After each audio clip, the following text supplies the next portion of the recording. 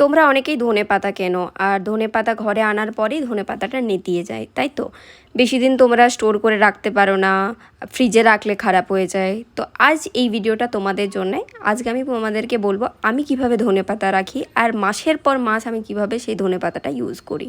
একদম পুরো টাটকার মতো ধনেপাতাটা থাকে। হে বন্ধুরা, আমার আর একটা নতুন ভিডিওতে তোমাদের অনেক অনেক স্বাগত জানাই। তো আমি যাচ্ছিলাম এখন একটু বাজারে, কারণ ঘরে কোনো কিছুই নেই, সব শেষ হয়ে গেছে, সবজিপাতি কিচ্ছু নেই, শুধু দুই একটা মাছ পড়ে আছে। তো সব সময় ওই সব দিয়ে কোনো কিছু হয় না। আর আলু, সব সময় আলু খেয়ে খেয়ে আলুর মতো দিনকে দিন হয়ে যাচ্ছি, এরকম লাগছে। তো আমি তার জন্য একটু রেডি হয়ে নিচ্ছিলাম। তো রেডি হয়ে পরে ভাবলাম যে একটু বাইরের দিকে যাই। আসলে বিকেল থেকে আজকে এত এখানে বৃষ্টি স্টার্ট হয়েছে যে একেবারে বলার কথা নয়।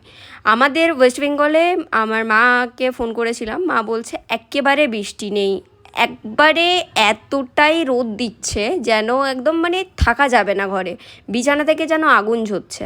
আর এখানে এই 2-3 দিন হলো ওয়েদারটা একটু ভালো হয়েছে। আগে যেন খুব একটা গরম ছিল, এখন গরম নেই, খুব ঠান্ডা ঠান্ডা ওয়েদার। তার জন্য আমি এই জ্যাকেটটা পরে নিলাম, কারণ বাইরের ওয়েদার একেবারে ভালো নয় বলে। তো চলো দেখো, বেরিয়ে পড়েছি। দেখতে পাচ্ছ ব্যাঙ্গালোরের মতো রাস্তাতেও অবস্থা, চারদিকে কাদা, পুরো জলে ভর্তি। আসলে এই রোডটা এরকম অবস্থা ছিল না, কারণ এখানে সাইডে 2 দিন ছাড়া এই বিল্ডিং হচ্ছে, ওই বিল্ডিং হচ্ছে, যার কারণে এরকম চারদিকে মাটি খোদাই করা।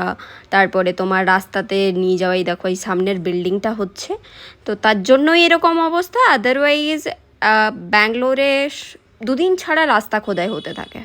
এই রিসেন্টলি 2-1 দিন হলো যে এখানে পাইপ লাগানো স্টার্ট হয়েছে। তো এই কারণে রাস্তাগুলোর এখন এই রকম অবস্থা হয়েছে, চারদিকে খুঁড়ে তেড়ে একেবারে এক এক রকমের কাণ্ড। আর রাস্তাগুলোতে না যাতায়াত করা সত্যিই মানে খুব খারাপ অবস্থা, কারণ যখন রাস্তা দিয়ে পেরিয়ে যায় তখন যদি সামনে কোনো গাড়ি ঘোড়া যায় না, তো এই দেখো জলগুলোকে ছিটকে পুরো গায়ে আসে। এই দেখো এখানটা হচ্ছে তোমার খোঁড়া চলছে, এখনও এদের খোঁড়া হয়নি, জানি না আবার খুঁড়বে, আবার বন্ধ করবে, আবার 2 দিন পরে আবার খুঁড়বে, এই চলতে রইলো। তো যাই হোক, আমি যাচ্ছি একটু মার্কেটের দিকে, যে দেখি কি কি পাওয়া যায়। এই দেখো এটা হচ্ছে একটা জাম গাছ, এখানে নিচে এত জাম পড়ে আছে। বৃষ্টিতে ঝড় দিয়েছে ভালোই, অ্যান্ড বৃষ্টিও ভালো হয়েছে, তার জন্যে এখানে অনেক জাম পড়ে আছে। তো দেখছিলাম যদি 2-1 জাম পাওয়া যায়, কিন্তু জামগুলো না ভালো অবস্থায় নেই। তো এখানে সামনে সাইডে আর একটা তেঁতুল গাছ ছিল, তো দেখো নিচে কত